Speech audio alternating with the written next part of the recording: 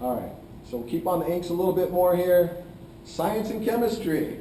That was always my favorite part in high school, especially applied science. pH plays a very important role here, okay?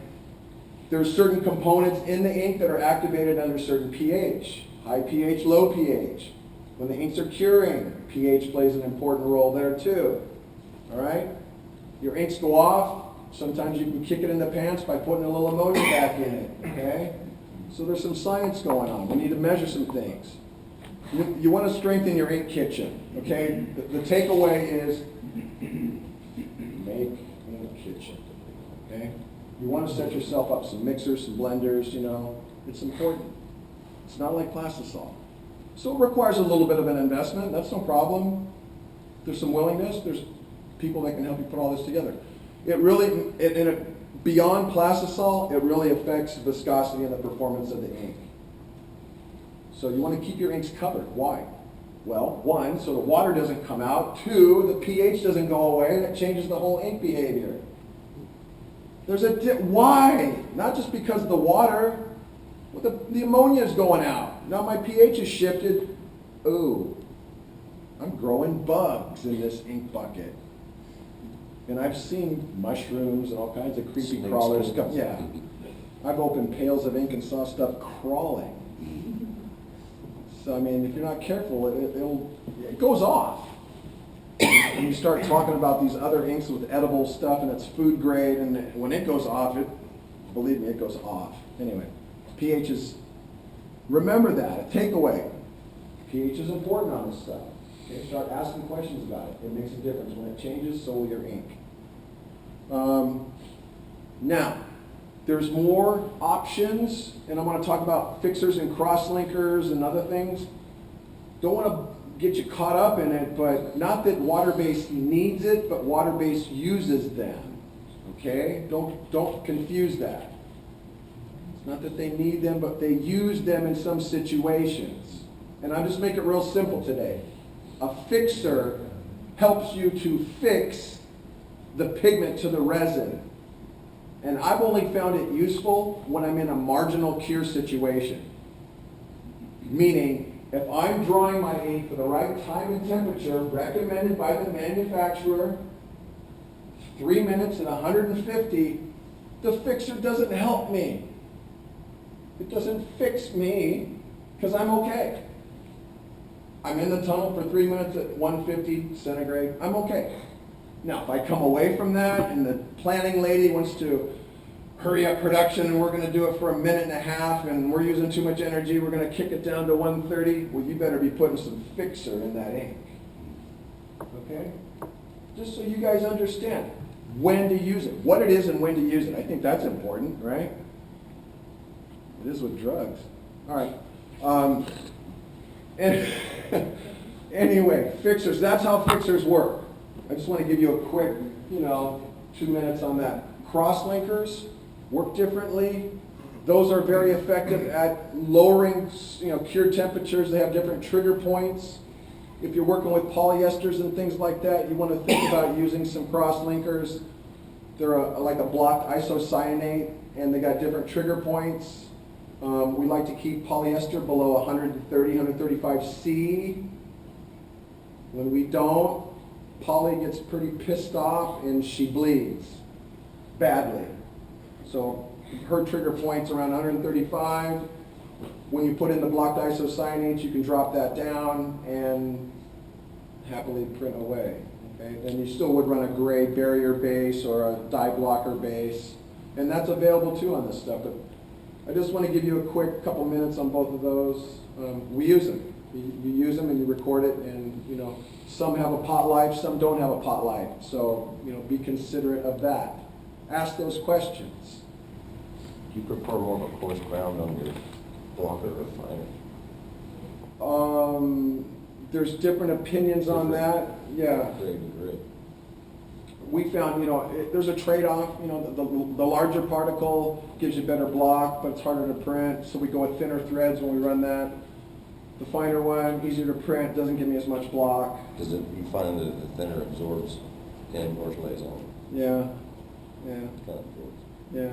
we'll get into that later, but yeah, that's a difficult one on those polys. But yeah, I'm running an ADS thread. I'm trying to get the biggest mesh opening I can on that. Yeah. And you got to be careful because depending on the ones you get, if they're not careful, this I learned. If they don't mill the carbon powder, they turn into like little shards and lovely cut screens. So it's very important that the guy getting the carbon powder gets it tumbled to knock the edges off. Otherwise, you know, It's a razor blade. yeah, little micro blades. Diamonds. Yeah, little shards of glass. Printing with discharge ink, which is like an emulsion remover. Lovely. See what we get to do? Create our own danger. Inks, or the humectants. This is good here. Just a couple. What's a humectant? Keeps moisture in the product. Okay? The traditional humectants would be like a glycerin or a urea. Traditional, they work, but they work so-so. Compared to the advanced technologies now, to where they have trigger points that these humectants don't flash off until they hit a trigger point when it's either on the press or when it's going down the tunnel. The glycerin and urea are always active. They're immediately active. Okay? And the other ones don't. So what that means is your ink will stay wet when it's in the screen. The other ones, the stuff starts flashing out, and then you get a lot of screen drying. You get ink clogging up on the sides of the screen. You get mud and clay and all this crap in your screens because the water's coming out of the ink. You're not moving that ink and it starts drying up. Where with these new humectants, it keeps the ink nice and wet, and it re-wets itself. So if you park your screen for, you know, I've parked it up to an hour and walked away, flooded, and I come back and just kick it in the ass a couple times with a couple prints, and it's up and running. I don't have to stop and park and wipe out and rub it down immediately and freak out. So you're more relaxed in the printing room, and that's nice. Most of the time when you print with Waterbased, everyone's wadded up a little bit, everyone's a little bit tight. Oh, we stopped the machine. Oh, shit. Oh, we stopped the machine. Everyone scrambles to start cleaning screens. Oh, we lost the black screen. Damn it. You know, I don't like that. It's like organized chaos. It's pandemonium. It's chaos, yes. It's like Oliver and Hardy, man. It's crazy. So what this does is it just takes it down a couple clicks, and it makes more for a relaxed environment in the print shop. So the newer inks that are out there have these advanced technologies to help you. Okay? Just want to help you. I mean, they work. It actually works. I'm doing this wet-on-wet printing with high solids acrylic. First down white, flash. 3 colors, wet-on-wet, a flash. 3 colors, wet-on-wet, a flash. Spot color or tonal work? Spot process, all here.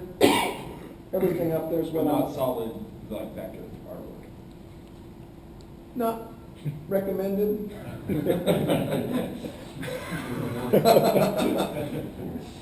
Let's walk before we run. So that's why you have the 50 station on the Yeah. Monster Adidas logos, Monster Nike logos, Monster Puma logos. Yeah, dude. Come on. We're not smacking that. Getting that big orange peel, yucco stucco. But we're pretty close. And we're going to get into that in just a minute when I start talking about press setup and monitoring your pallet temperatures. When you get those pallet temperatures up to cruising altitude and maintain, right? That was always important, right? Dude, maintain, come on, maintain. You have got to maintain your pallet temperatures. It's important. Well, I know Mark's talked about that before a lot too, but you know, and the characteristics of, or the impact of pallet temperature on the rheology of plastisols, yeah, I mean, there's temperature plays a role on water-based, but in a different way. Okay?